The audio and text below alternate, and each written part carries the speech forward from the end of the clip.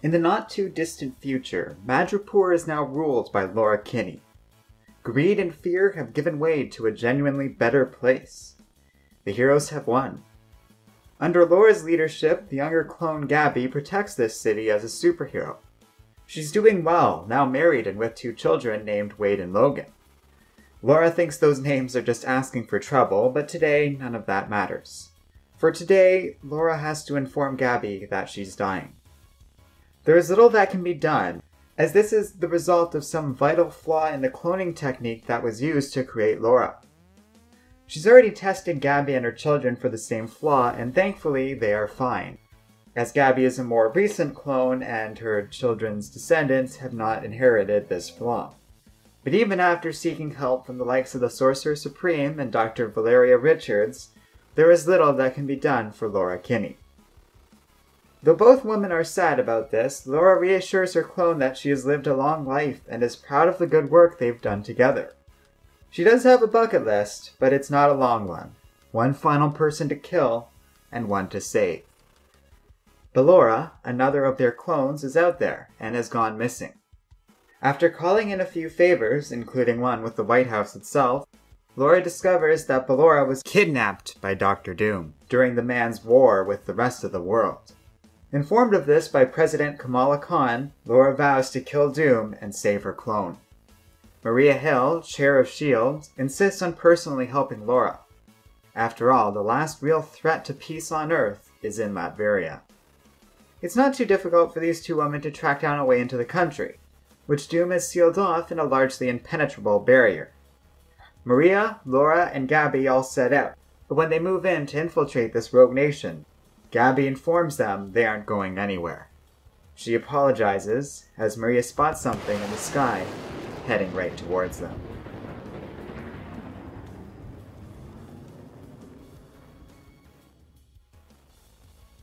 Hello and welcome to Comic Island. My name is Arden, and today we're talking about All-New Wolverine number 33. So we're doing another recap today, and this is what ended up winning our Patreon poll. And I don't know, when I first heard of this idea, I feel like I'm gonna have the reaction a lot of you had, which is like, really? We're just doing endless sequels and reused ideas from Marvel from earlier? And that's kind of true. Marvel as a company has been getting into a bad habit with this. But I was a little reassured that Tom Taylor was writing this. And out of all the series to cover old ground or do something like an old idea but in a new way, All-New Wolverine's a good series to do that. Plus it was smart in the sense of how they presented this idea. Instead of the very dark and desolate future of Old Man Logan, Old Woman Laura is a lot more cheerful and bright. It depicts a future where everything is actually worked out. And that's an interesting idea for a character like Laura Kinney or just Wolverine in general, because that's not the typical norm for them. At first, I really wasn't into this series. When they had our little honey badger all grown up as a superhero, like a hole gets blown into her chest, and she survives it no problem, and she's got this crazy Stark gear. It's a lot, and I was a little worried that she was just going to be invincible throughout the story. Yet I like that the instincts are against the trend of, for example, Wolverine in Old Man Logan losing his healing factor and really not being as strong as he ever was. That's kind of going on with Laura, who's dying, and this kind of serves as the background of her story, and that works well too. So the parallels are there, yet it's kind of doing its own thing. And it's a good story because of that. At least one that I'd say is on the line of quality with the rest of All-New Wolverine thus far. It's been a great series. I've heard rumor or Tom Taylor talking about it maybe ending or something like that, but 33 issues is a good long run, and it's been a lot of fun with these 2. I'm sure they're going to be around longer. Gabby and Laura are great, and I don't think their characters are going anywhere. Honey Badger is a nice memorable name for this younger X-23 clone, so it's a welcome addition to the whole Marvel canon. This future they present's pretty interesting too, ranging from like a Maria Hill commanding S.H.I.E.L.D., having a weird eye and they're like kind of very clearly scarred from battle. Kamala Khan as president is a fun little detail, and it's just the sort of thing we've always seen in alternate futures along these lines. Like, it reminds me a lot of the whole President Thor bit, but it presents a different series of characters in the far future. And that's about it. I will say, its big issue is not so much that it doesn't live up to the rest of the All-New Wolverine series, but inevitably we are going to have to compare it to Old Man Logan. And that's where the comparisons kind of come up a little short. No pun intended.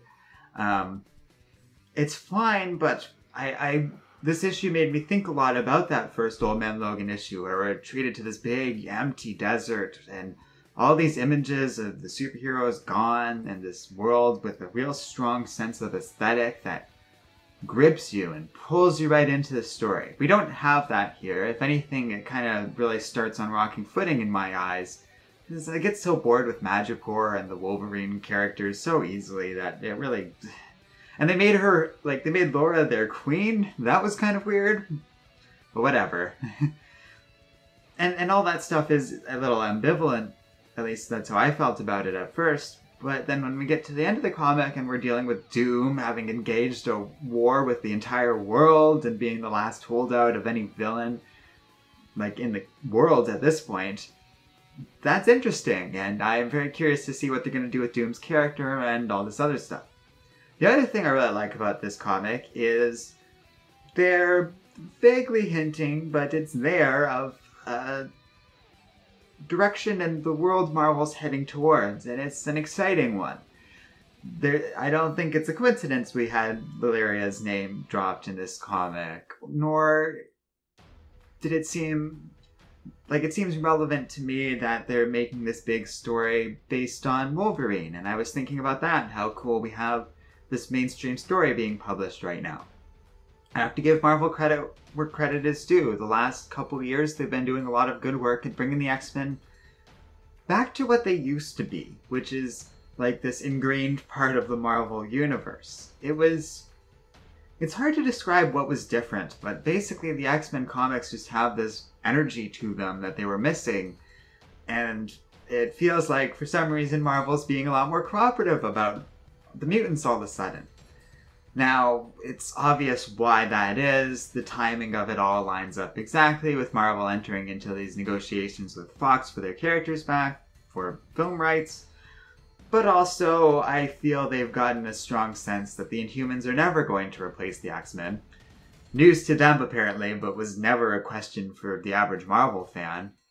And after that TV show basically bombed, and it's not going to get a second season, so they've realized they've got to go back to the X-Men, and that's nice. So you can see the difference in these comics. And that's about it for the review. I enjoyed it, and I kind of would recommend it. It's got some really lovely art and coloring. It's nice to have this bright future and that sort of stuff in the design of these comics, but I'm not going to pretend that it's not kind of mundane compared to the original Old Man Logan. It doesn't have... So, the important thing to remember about the Old Man Logan series, or it's not really a series, it just happened in the middle of Wolverine's publications, and it's just so memorable that its trade as published, like any other trade, has just been cemented as one of the best Wolverine stories ever made. I don't get the impression that that's going to happen here. Now, we are only one story into it, but I can't imagine, from what I've seen, that this is going to be the big, memorable event that Old Man Logan was. So, in that regard, if you're coming in expecting something like that, no, I wouldn't recommend it, because you're not going to get that.